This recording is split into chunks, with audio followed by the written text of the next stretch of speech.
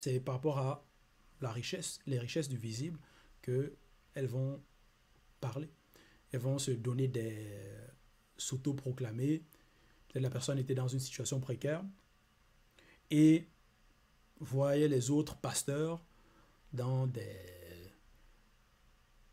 avions privés, ainsi de suite.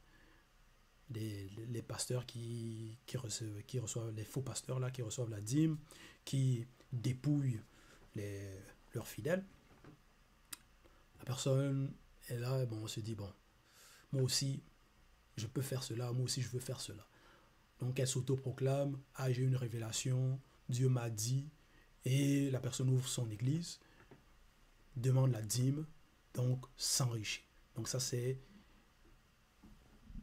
va être par rapport aux démons de la richesse visible aussi, qui vont être à l'œuvre, qui vont agir, qui vont influencer ces personnes.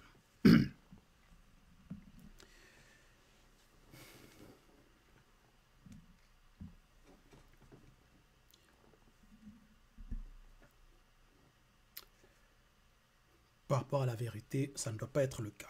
Verset 4, il est écrit « Car nous n'avons rien apporté dans le visible, virgule, et il est évident que nous ne pouvons rien apporter. » Point. Oui. On n'a rien apporté dans le visible. Quand on est,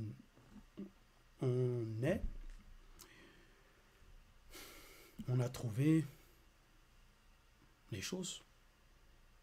On a apporté quoi? On apporte quoi?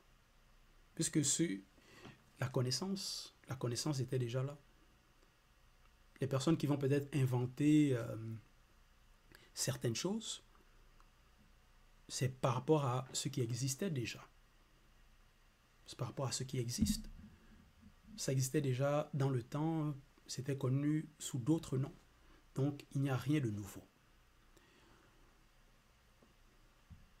Et son bête dit, car nous n'avons rien apporté dans le visible, virgule.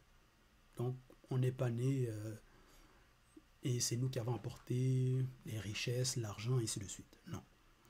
Il est évident que nous ne pouvons rien emporter. Donc, ces richesses-là, on ne va pas les emporter de l'autre côté. Donc, vouloir s'enrichir à tout prix, voir dans le message un moyen de s'enrichir, donc ça c'est se tromper.